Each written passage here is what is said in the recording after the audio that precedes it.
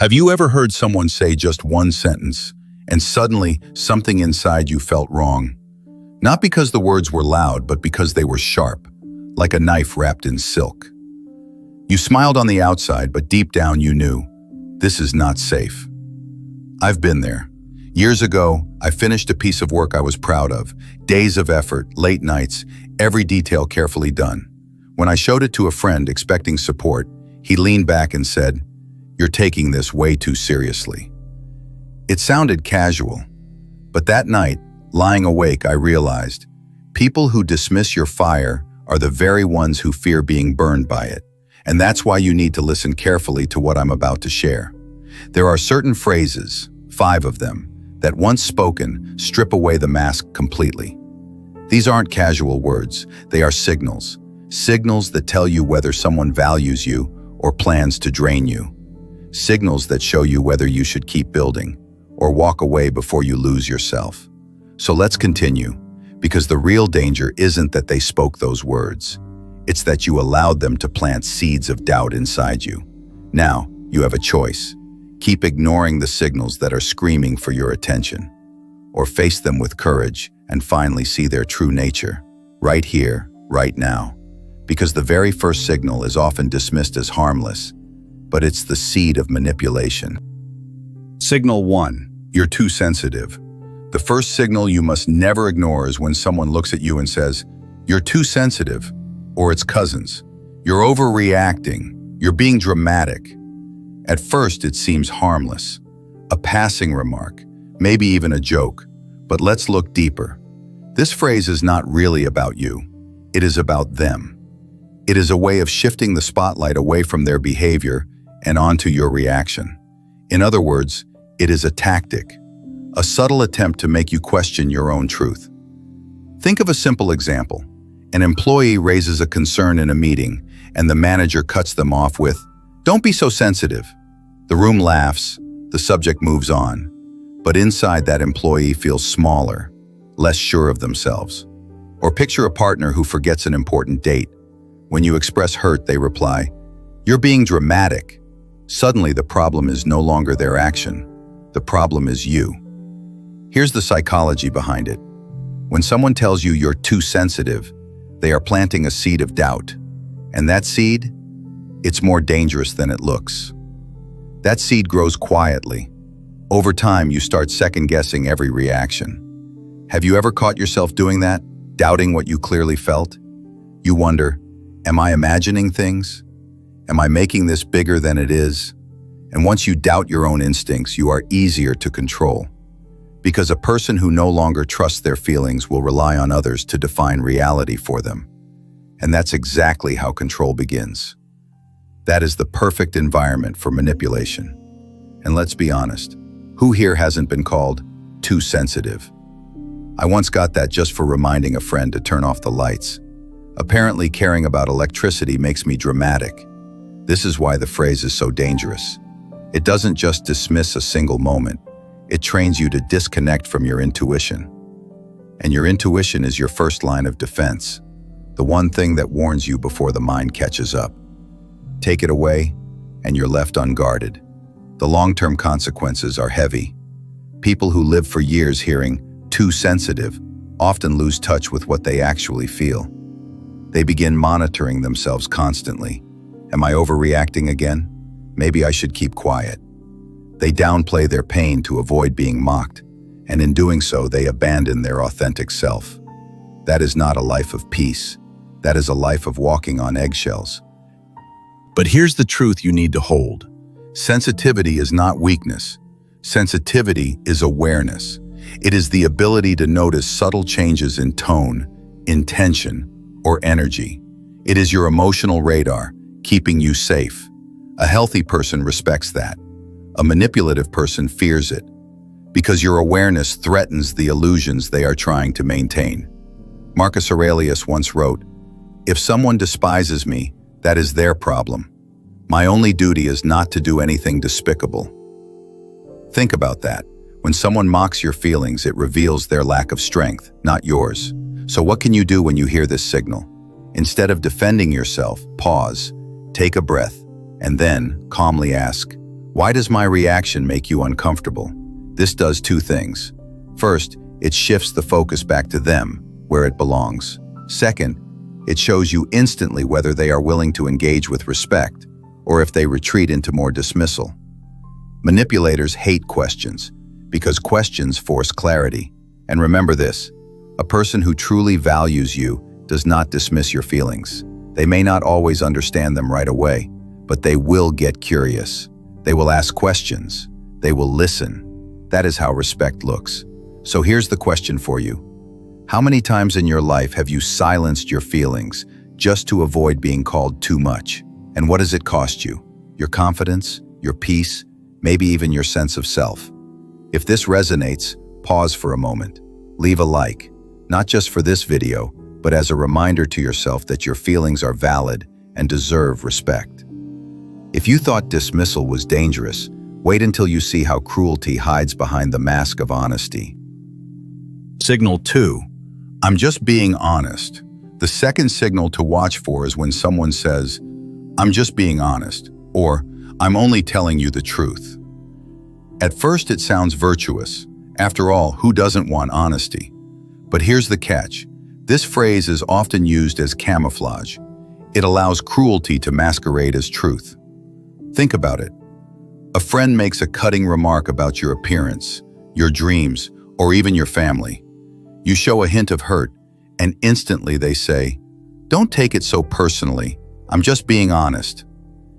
In that moment, they've not only hurt you, they've shifted the blame. Suddenly, you are the problem for not appreciating their honesty. See the twist? The wound becomes your fault. Here's the psychology. This is a trap designed to make you accept pain as a gift. Have you ever been told something cruel and then felt guilty for being hurt? To reframe emotional violence as a virtue. And if you internalize this pattern, something dangerous happens.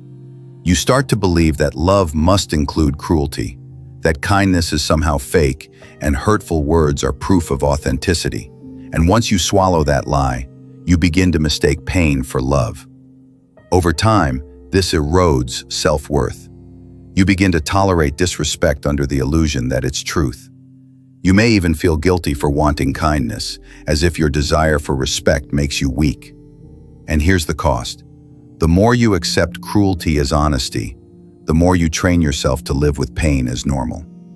But let's pause for a moment, because true honesty is not about tearing down, it's about building up. Real honesty is like light. It reveals what's hidden, but it does so to help growth, not to burn. A parent guiding a child, a mentor correcting with care, a partner speaking truth gently because they want the relationship to be stronger. That's honesty. Anything else is just cruelty in disguise. Because haven't we all met that one person who thinks being honest means saying whatever pops into their head? They'll look at you and say, "You look tired today. I'm just being honest." As if stating the obvious is some kind of noble act. Honestly, that's not wisdom. That's bad manners with a halo. And this is where the trap tightens. Because once you believe cruelty is truth, you'll start calling pain love. So what can you do when you hear this signal? First, don't fight over the content. Focus on the intent. Ask yourself, did their words make me feel clearer or smaller? If the answer is smaller, it wasn't honesty, it was harm. Here's your practice. The next time someone hides cruelty behind honesty, pause and respond with one calm sentence. I hear you, but honesty doesn't need to hurt. Then, take 5 minutes to write down 3 recent moments when someone used honesty as a weapon. Seeing it on paper will remind you what it really was. Manipulation, not truth. Because people who truly care for you will deliver truth with empathy. They won't weaponize it, and they won't expect gratitude for cruelty. They will use honesty to strengthen, not to weaken. So let me ask you, how many times have you mistaken cruelty for truth? And what would change in your life if you decided, starting today, that honesty without compassion is not welcome in your world? And here's the piece in that. You don't have to fight every cruel word. You can simply choose which voices are worth your energy and let the rest fade away. The next signal strikes at something even more personal: your right to set boundaries. Signal 3. You're being controlling. The third signal that should never be ignored is when someone tells you, "You're being controlling." At first, it might sound like a serious accusation. Nobody wants to be seen as a control freak. But let's be clear. In most cases, this phrase is not about control. It's about boundaries. And boundaries are not chains. They are clarity. They are the framework that allows respect and trust to grow. Picture this. You ask your partner to call if they're running late, or you tell a roommate that you need quiet during an important call. Reasonable, right? Yet instead of understanding, they shoot back, "You're so controlling." Notice what just happened. A fair request for respect was twisted into an attack on your character. Suddenly, you're on the defensive. The psychology is simple. People who throw this phrase around are trying to train you to stop expressing your needs. If they can convince you that asking for respect equals control, they win unlimited freedom at the cost of your peace. And here's the cruel part. Over time, you start silencing yourself. You lower your standards. You tell yourself, "Maybe I'm too demanding." And piece by piece, you abandon your needs to keep the peace. And here's the test. People who value you lean into your boundaries. People who fear losing control attack them. If this hit home for you, share your thoughts below. One honest comment might be the reminder someone else needs today. The long-term effect? A slow erosion of identity. You wake up one day realizing you're proud of being low maintenance, but deep down, what you've really become is invisible. Isn't it funny how the same people who complain you're controlling can't even control their own temper or their phone addiction? Somehow, your request for a 5-minute call feels like dictatorship, but their chaos is just being themselves. The irony writes itself. But back to the truth. Healthy people don't fear boundaries. They welcome them. Because boundaries are like guardrails on a bridge. They don't restrict the journey. They make it safe to cross. Someone who truly values you will ask, "What do you need to feel secure?" Not accuse you of control when you speak up. So what do you do when you hear this signal? First, check your own intention. Are you truly trying to limit someone's freedom? Or are you expressing a need that keeps the relationship safe and fair? If it's the latter, stand firm. Here's your practice. Write down 3 boundaries that are non-negotiable for you. They could be as simple as respect for your time, honest communication, or being spoken to without sarcasm. Keep them clear in your mind. And the next time someone calls you controlling, respond calmly with, "This isn't control. It's clarity about what I need to feel respected." Because here's the reality. People who respect you will want to honor your boundaries. People who disrespect you will call them control. And that difference tells you everything about who deserves access to your life. So let me ask you, how many times have you ignored your own boundaries just to avoid being labeled difficult? And what does that cost you? Your energy, your voice, maybe even your sense of worth. But the next signal is even trickier. It doesn't just dismiss your needs. It keeps you stuck in limbo, waiting for a promise that never comes. Signal 4. I'm not ready for a relationship, while acting like they are. The fourth signal is one of the most confusing and perhaps the most draining. It's when someone tells you, "I'm not ready for a relationship," or "I don't want anything serious right now." On the surface, it sounds clear and responsible, but here's the twist. They behave as if they are in a relationship. They call you daily, spend weekends with you, introduce you to their friends, maybe even share their deepest secrets. Their actions whisper commitment, but their words shout escape. The psychology is obvious once you see it. By declaring, "I'm not ready," they protect themselves from accountability. They keep the door open, just wide enough to leave when it's convenient. Meanwhile, you're left in limbo, investing time, emotions, energy, hoping that eventually they'll change their mind. But let's be brutally honest. If someone truly values you, there is no confusion. When the right person sees your worth, they move with clarity, not hesitation. Consistency between words and actions is the clearest signal of integrity. Anything else is exploitation dressed as romance. And this doesn't only happen in love. In workplaces, you'll see a colleague lean on you for ideas, support, even cover their mistakes. Yet when leadership offers responsibility, they step back. I'm not ready to lead. They want the benefits of commitment without the weight of duty. Different stage, same play. Here's the danger. Staying in this pattern erodes your sense of value. You begin to feel like you're not worthy of being fully chosen. You start working harder, waiting longer, proving yourself in silence. Years slip by, and the message you've internalized is, I deserve half love, half truth, half commitment. But imagine the relief of stepping back, realizing you don't need to earn love by waiting endlessly. Peace begins the moment you stop bargaining with uncertainty.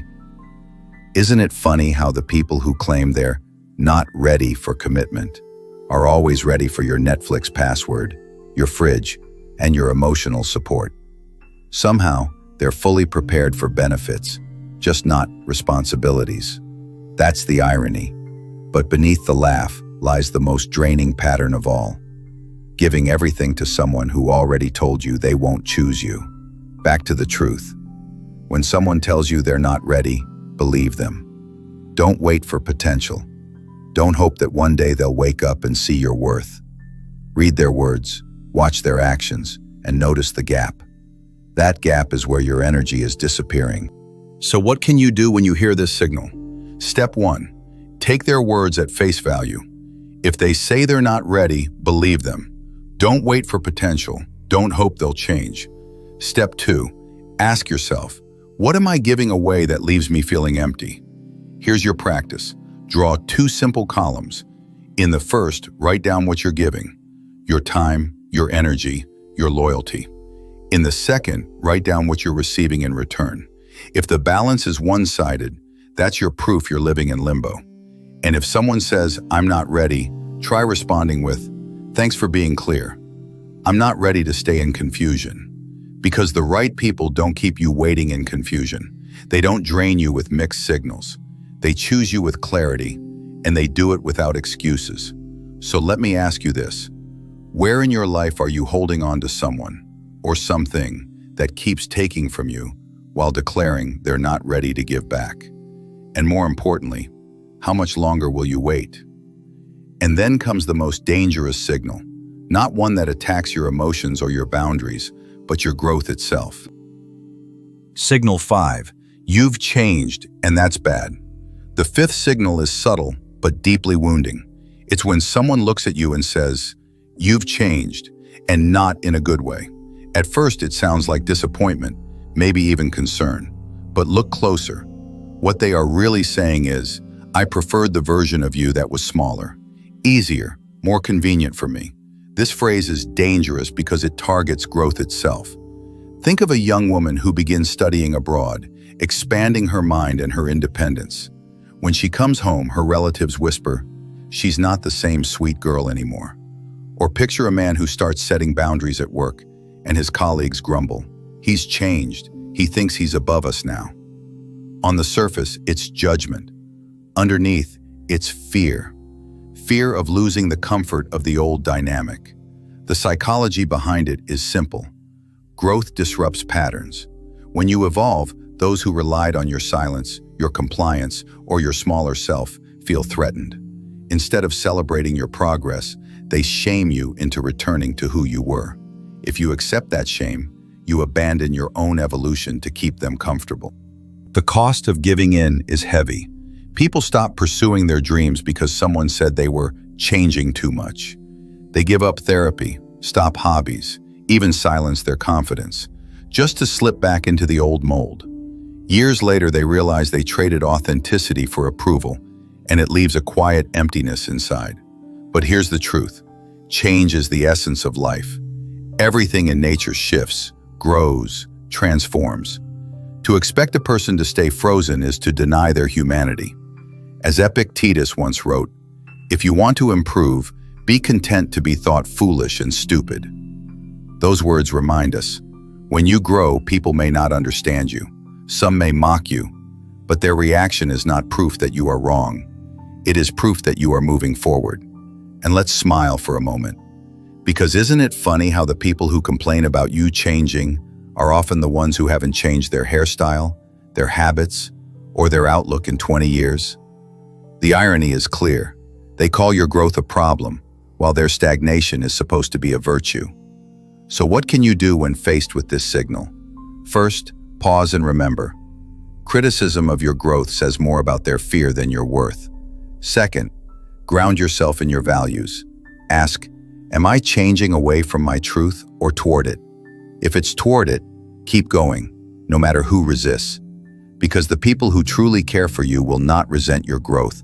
They will cheer for it. They will see your expansion not as a threat, but as an invitation to rise with you. So let me ask you, who in your life feels unsettled by your growth? And more importantly, why are you still shrinking just to fit into their comfort? Here's your practice. Tonight, write down one way you've grown in the past year. Then ask yourself, who celebrated that with me? And who tried to shame me for it? The answer will show you who truly belongs in your future. Because the mask always slips, and when it does, you must be ready to walk away. If you've stayed with me this far, consider subscribing. Because this isn't just about walking away, it's about building a life of clarity and strength together. Walk away, but not empty. These 5 signals are more than phrases.